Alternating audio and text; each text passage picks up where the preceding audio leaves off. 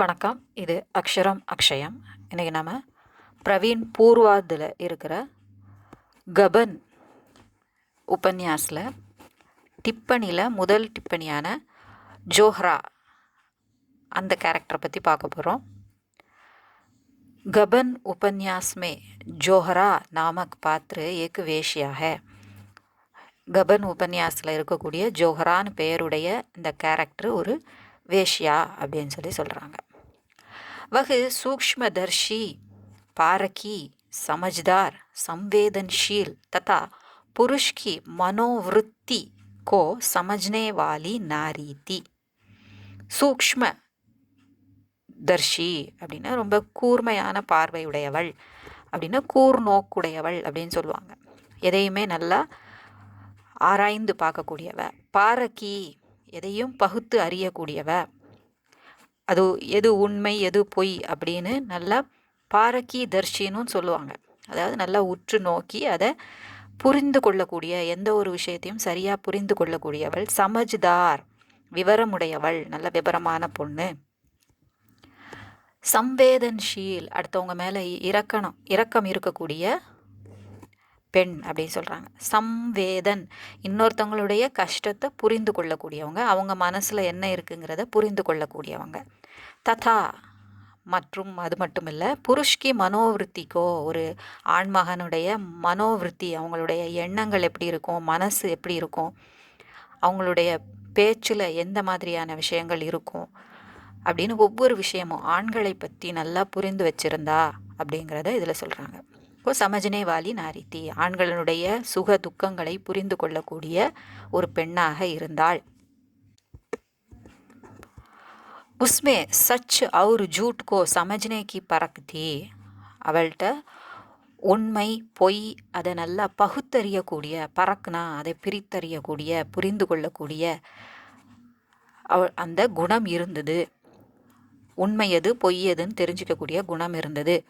Premchand G K சப்துமே, அவர் இந்த உபன்யாசில் அவருடைய வார்த்தைகளில் சொற்களில் என்ன சொல்லியிருக்காரு, பிரேம்சந்தினுடைய शब्द அவருடைய வேர்ட்ஸில் என்ன சொல்லியிருக்கார் இவளை பற்றி. ஜோஹரா வேஷ்யா थी, उसको अच्छे बुरे सभी तरह के आदमियों से संपर्क पड़ चुका था. ஸோ அவர் வேஷ்யா அப்படிங்கிறனால நிறைய மக்களை அவள் சந்திச்சிருப்பா, நிறைய ஆண்களை சந்திச்சிருப்பா, நல்லவங்க கெட்டவங்களை சந்திச்சிருப்பா. அப்படிங்கும்போது சபி தரக்கே, எல்லா விதமான ஆத்மியோசே, மக்களுடன் மனிதர்களுடன் சம்பர்க்கு படிச்சுக்காத்தா, அவள்கிட்ட தொடர்பு இருந்ததுனால, தொடர்பு ஏற்பட்டது, அதை ஏற்கனவே அவளுக்கு பழக்கம் இருந்துச்சு அப்படின்னு சொல்கிறாங்க. அதனால் அவங்க மனிதர்கள், பலவிதமான மனிதர்களை பற்றி அவள் தெரிந்து வைத்திருந்தாள். உஸ்கி ஆங்கோமே ஆத்மியும் கீ பரக்தி, அவள் கண்கள்லையே அவள் மனுஷங்களை கண்டுபிடிச்சிருவா அப்படிங்கிறது தான் இதில் சொல்கிறாங்க. ஒரு ஆளை பார்த்தாலே அவங்க எப்படிப்பட்டவங்க, அவங்களுடைய குணம் என்ன அப்படிங்கிறத அவளால் கண்டுபிடிக்க முடியும், பகுத்தறிய முடியும். उसको परदेशी युवक में और अन्य व्यक्तियों में बड़ा फर्क दिखाई देता है. ஸோ அவருக்கு மற்ற ஆண்கள், பிற ஆண்கள் மற்றும் வெளியிலிருந்து வந்த வேற்று ஆண்கள் எல்லாரையுமே அவள் அவங்கக்கிட்ட இருக்கக்கூடிய வேறுபாடு அவளுக்கு நல்லா தெரிஞ்சிருந்தது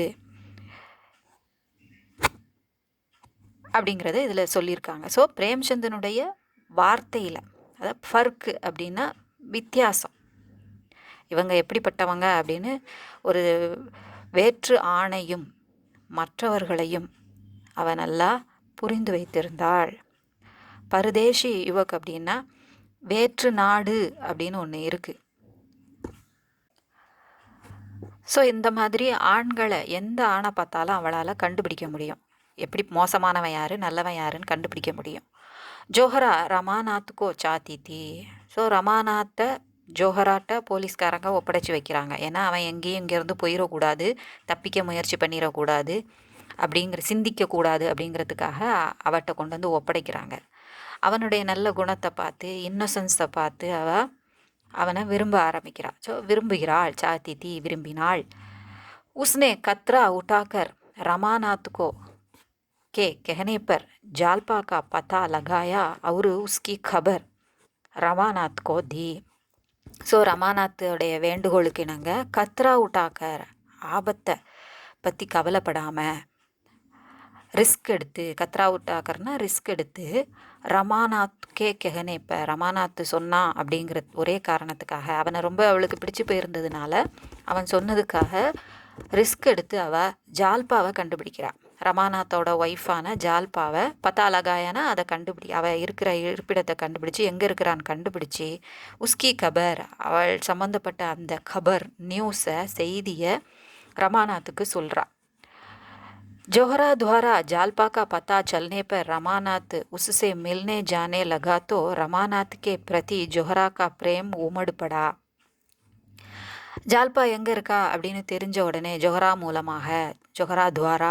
மூலமாக ஜால்பா எங்கே இருக்கிறான்னு தெரிஞ்ச உடனே ரமாநாத் என்ன செய்கிறான், அடிக்கடி போலீஸ்க்கு தெரியாமல் அவளை போய் மீட் பண்ண போகிறான். அப்படி போகிறான் அப்படிங்கும்போது ரமாநாத்துக்கே பிரதி கூடவே இருக்கும்போது கூட தெரியல. அப்பப்போ அவளை விட்டுட்டு, ஜொஹராவை விட்டுட்டு ஜால்பாவை மீட் பண்ண போகும்போது, அவனுடைய ஒய்ஃபை அவன் மீட் பண்ண போகும்போது, ரமாநாத் மீட் பண்ண போகும்போது தான் அவன் மேலே இவளுக்கு எவ்வளோ அன்பு இருக்குது அப்படிங்கிறது அவளுக்கு வெளிப்படுது. உமடுப்படா அப்படின்னா வெளி வந்தது, பொங்கி வந்தது அப்படின்னு சொல்கிறாங்க. பிரேம்சந்துக்கே அனுசார், இதே விஷயத்தை பிரேம்சந்த் அவருடைய வார்த்தையில் எப்படி சொல்லியிருக்காரு, அவரை பொறுத்த வரைக்கும் ஜொஹரா நிஸ்பந்து கடி அவரு ஹஸ்ரத் பரி ஆங்கோசே தேக் ரஹி தி.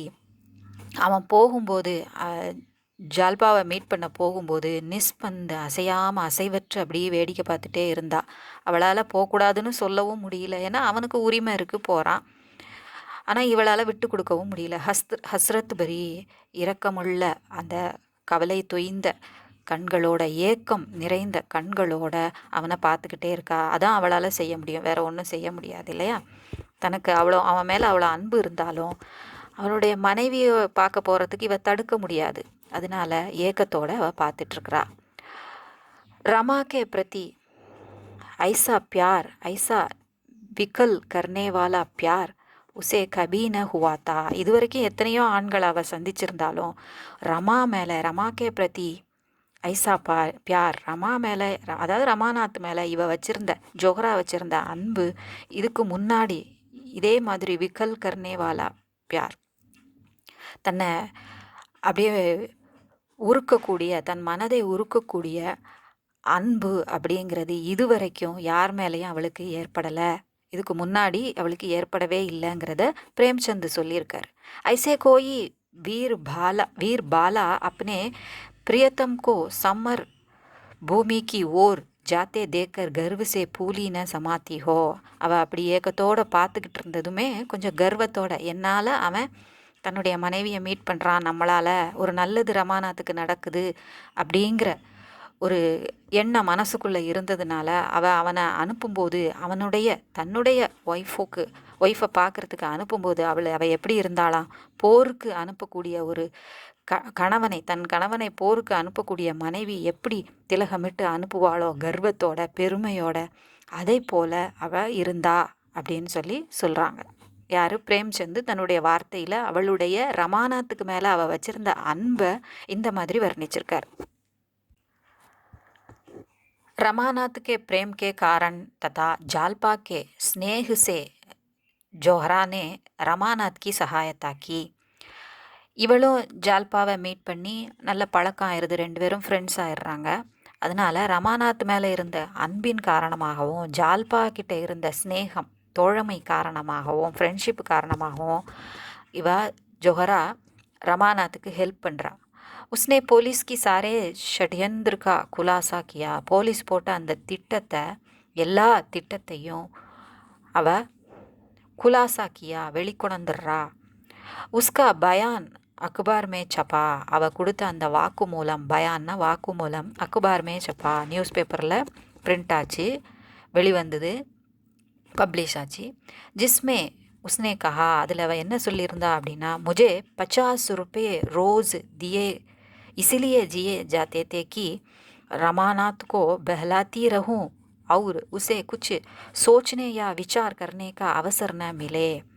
எனக்கு டெய்லி 50 ரூபா கொடுத்தாங்க. எதுக்கு கொடுத்தாங்கன்னா, ரமாநாத்தை எப்போவுமே அவனை அப்படியே மயக்கி வேறு எந்த செயல்பாடுகள்லையும் ஈடுபடாதபடி அவனை வச்சுக்கணும், எங்கேயும் போயிடக்கூடாது, उसे और उसे कुछ सोचने या विचार करने का அவனை யோசிக்கவோ சிந்திக்கவோ என்ன செய்யலான்னு நடவடிக்கை எடுக்கவோ அவனுக்கு சமயமே கிடைக்காம வாய்ப்பே கிடைக்காத அளவுக்கு அவனை கட்டி போட்டு வச்சிருக்கணும், அன்பால் கட்டி போட்டு வச்சிருக்கணும் அப்படிங்கிறதுக்காகவே எனக்கு டெய்லி 50 ரூபா கொடுத்தாங்க. அந்த காலத்தில் 50 ரூபா அதிகம் இல்லையா, கொடுத்தாங்க இந்த போலீஸ்காரங்க அப்படின்னு அவள் அதில் தன்னுடைய வாக்குமூலத்தில் சொல்லியிருந்தாள்.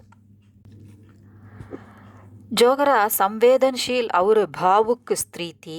அவள் ரொம்ப எமோஷ்னலானவ, சம்வேதன்ஷீல், அடுத்தவங்களுடைய கஷ்டங்களை புரிந்து கொள்கிறவ, அதோட பாவுக்கு எமோஷ்னல் பர்சனாக அவள் இருந்தா, பெண்ணாக இருந்தாள். ரத்தன் கி மிருத்யுக்கே பாத் ஜோஹரா அத்தியாதிக் துக்கி ஹோகயி. ரத்தன் எல்லாரும் கடைசியில் ஒன்றா சேர்ந்து இருக்கும்போது, ஆசிரமத்தில் இருக்கும்போது, அதாவது விவசாயம் செஞ்சு கிராமத்தில் போய் எல்லோரும் தங்கி இருப்பாங்க இல்லையா, கடைசியில் அந்த சமயத்தில் ரத்தன்ட்டையும் நல்லா பழக்கம் ஏற்பட்டு அவங்க 2 பேரும் நல்லா ஃப்ரெண்ட்ஸ் ஆயிடுறாங்க. அப்போது ரத்தன் இறந்து போகிறதுனால அவள் அத்தியாதிக் துக்கி ஹோகை ரொம்ப கவலைக்குரியவளாக ஆகிறாள், கவலை கொண்டவளாக ஆகிறாள்.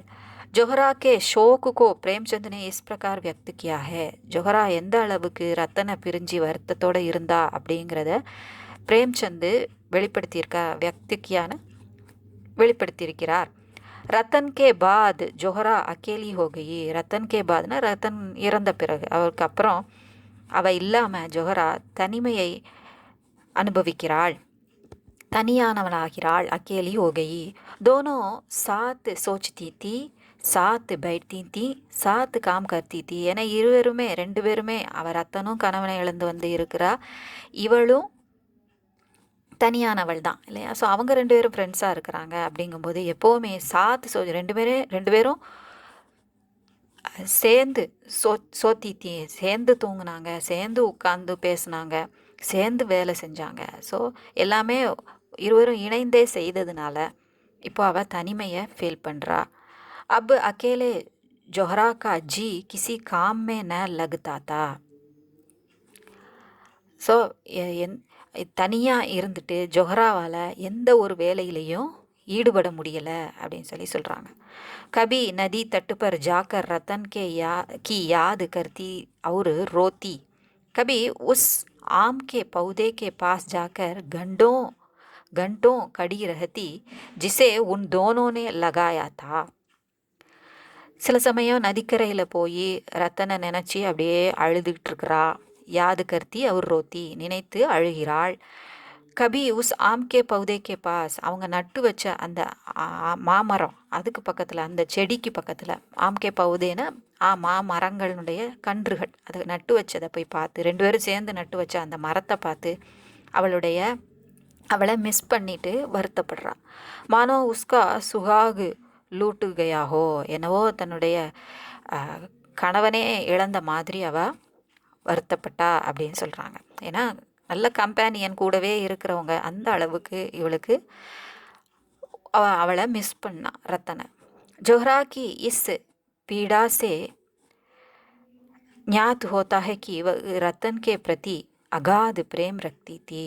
அவளுடைய இந்த பீடா வேதனையை பார்த்து நமக்கு என்ன ஞாத்து ஹோத்தாக, நாம் என்ன தெரிஞ்சுக்கிறோன்னா, ரத்தன் கே பிரதி, ரத்தன் மேலே அவள் எந்த அளவுக்கு அகாது பிரேம் ரக்தி தீ, எல்லையில்லாத அன்பு, அளவில்லாத அன்பு வச்சிருந்தா அப்படிங்கிறது நமக்கு இது மூலமாக தெரியுது. ஜோஹரா சாகசி ஸ்திரீ தீ, ரொம்ப சாகசி, தைரியமான பொண்ணு. நதிமே உஸ்னே ஏக் स्त्री को देखा तो जालपा एवं रमानाथ के मना करने के बावजूद वह पानी में यह कहकर कूद गई कि उसे तैरना आता है. ஏன்னா அவள் எந்த அளவுக்கு தைரியமானவங்கிறத இதில் சொல்கிறாங்க. ஒரு முறை ஒரு பொண்ணு தண்ணியில் அடிச்சுட்டு போகிறா அப்படிங்கிறத பார்த்த உடனே, ஒரு நதியில் ஆற்றுல அடிச்சுட்டு போகிறாங்கிறத பார்த்த உடனே ஜால்பாவும் ரமாநாத்தும் எவ்வளவோ சொல்லியும் கேட்காம மனாகர்னேக்கே பாவஜூத் தடுத்த போதும் கூட பானியுமே கூதா, அதாவது தண்ணியில் என்ன சொல்லிட்டு குதிக்கிறா, எனக்கு நீச்சல் தெரியும் அப்படின்னு சொல்லிட்டு அவள் குதிக்கிறா. லேக்கின் பானிக்கே தேஜ் பஹாவுமே பஹு கயி, ஆனால் தண்ணி வேகமாக அடிக்கிறதுனால அவள் என்ன செஞ்சிட்றா, அப்படியே அடிச்சுட்டு போயிடுறா. தண்ணி வேகமாக ஓடினதுனால, வெள்ளமாக ஓடினதுனால அந்த தண்ணியினோட வேகத்தில் அவள் அடித்து செல்லப்படுகிறாள். ஜோஹராமே சேவா ஆத்ம தியாகே குணத்தே, ஜோஹராவுடைய மனசில் அதாவது ஜொஹரா கிட்ட என்னென்ன குணங்கள் இருந்தது? சேவா, ஆத்ம தியாக, சேவை மனப்பான்மை இருந்தது. ஆத்ம தியாக, தன்னையே தியாகம் செய்யக்கூடிய குணம் இருந்தது. வகு சரல் ஸ்வபாவ கீதி, அவள் ரொம்ப எளிய स्वभावमुடையவள், ரொம்ப சிம்பிள் நேச்சராக இருந்தாவா. प्रेमचंद ने जोहरा के चरित्र पर प्रकाश डालते हुए कहा. பிரேம்சந்த் இந்த உபன்யாசில் ஜொஹராவோட கேரக்டரை ஹைலைட் பண்ணி சொல்லும்போது என்ன சொல்கிறாரு? इन 4 सालों में जोहरा ने अपनी सेवा, आत्मत्याग और सरल स्वभाव से सभी को मुग्ध कर लिया था. ஸோ இந்த 4 வருஷமாக எல்லாரும் இணைஞ்சி அந்த கிராமத்தில் வாழ்ந்துக்கிட்டு இருக்கும்போது, மக்களுக்கு சேவை செய்து விவசாயம் செய்து வாழ்ந்துட்டு இருக்கும்போது, ஜொஹரா தன்னுடைய சேவையினாலையும் ஆத்ம தியாக சுய தியாகத்தினாலையும் சரல் ஸ்வபாவ் எளிமையான குணத்தினாலையும் சபீகோ முக்து கர்லியாத்தா, எல்லாரையும் சந்தோஷப்பட வச்சுட்டா அப்படின்னு சொல்கிறாங்க. உஸ்னே அதீத்துக்கோ மிட்டானே கேலியே, எல்லாரையும் கவர்ந்துட்டான்னு அதை எடுத்துக்கணும். अतीत को मिटाने के लिए अपने पिछले दागों को धो डालने के लिए उसके पास इसके सिवा और क्या साधन था. தன்னுடைய அதீத் பழைய வாழ்க்கை, அந்த கெட்ட வாழ்க்கை, வேறு வழி இல்லாமல் வாழ்ந்த அந்த வாழ்க்கை, நல்ல குணங்கள் இருந்தும் நிர்பந்தத்தால் தள்ளப்பட்ட அந்த வாழ்க்கை, வேஷ்யாவிருத்தி, அதில் இருந்து அந்த கரைகளை நீக்குவதற்கும் தோடால்னேக்கா கழுவி களைவதற்கும் அவளுக்கு இதை தவிர வேற என்ன இருந்தது? அதாவது மற்றவங்களுக்கு சர்வீஸ் செஞ்சு தன்னுடைய பாவத்தை நீக்கிறதுக்கு இது ஒரு வழியாக இருந்தது, சாதனமாக இருந்தது. உஸ்கி சாரி காமனாயே சாரி வாசனாயே சேவாமே லீன் ஹோகையி, தன்னுடைய எல்லா ஆசைகளும் இச்சைகளும் இந்த சேவையிலேயே அத்தனையும் கரைஞ்சி போயிருச்சு. தான் செஞ்ச அத்தனை தீய விஷயங்கள், ஆசைகள் எல்லாமே இந்த இடத்துல கரைஞ்சி போச்சு அப்படின்னு சொல்கிறாங்க. ஸோ பாவத்தை கழிச்சுக்கிட்டா, இதில் குறைச்சிக்கிட்டா, பாவத்தை தீர்த்துக்கிட்டா அப்படின்னு சொல்கிறாங்க. इस प्रकार स्पष्ट होता है कि भले ही जोहरा ने किन मजबूरियों से वेश्यावृत्ति अपनाई हो, परंतु उसमें स्नेह, करुणा, सेवा तथा दया के गुण कूट कूट कर भरे थे. இது மூலமாக நமக்கு என்ன ஸ்பஷ்டு ஹோத்தாக வெளிப்படையாக நமக்கு தெரியுது, விளங்குது அப்படின்னா, ஜொஹரா எந்த மஜ்பூரியும் எந்த காரணத்தினால, எந்த கட்டாயத்தினால, கட்டாய சூழ்நிலையினால் இந்த வேஷ்யாவிருத்தியை ஏற்றுக்கிட்டாளோ, அதாவது அந்த தொழிலை அவ செய்தாலோ இருந்தாலும், பரந்து இருப்பினும், உஸ்மே ஆனால் அவளுடைய மனசில் என்னெல்லாம் இருக்குது? ஸ்னேகம், ஒரு தோழமை குணம், பிறர் மேலே இருக்கக்கூடிய அந்த ஸ்னேகம், கருணை, சேவை மனப்பான்மை, இரக்கம் போன்ற குணங்கள் கூட்கர் பரேத்தே. அவள் செஞ்ச தொழில் தான் அப்படி இருந்தது தவிர, நிர்பந்தத்தினால் அவள் செஞ்சா தவிர, அவள்கிட்ட ஒரு நல்ல மனிதனுக்கு இருக்கக்கூடிய அத்தனை குணங்களும் அவள்கிட்ட இருந்ததுன்னு இதில் சொல்லி முடிக்கிறாங்க. இது உங்களுக்கு யூஸ்ஃபுல்லாக இருந்திருக்கும்னு நினைக்கிறேன். இந்த கேரக்டரை நீங்கள் பார்த்துட்டாலே நீங்கள் எந்த கைடில் படித்தாலும் உங்களுக்கு ஈஸியாக புரிஞ்சிடும். ஸோ இதை ஒரு தடவை பார்த்துட்டிங்கன்னா, கேட்டுட்டிங்கன்னா, எந்த கைடாக இருந்தாலும் உங்களுக்கு ஈஸி தான். பிடிச்சிருந்தால் லைக் பண்ணுங்கள், ஷேர் பண்ணுங்கள், சப்ஸ்கிரைப் பண்ணுங்கள். நன்றி, வணக்கம், தன்யவாத்.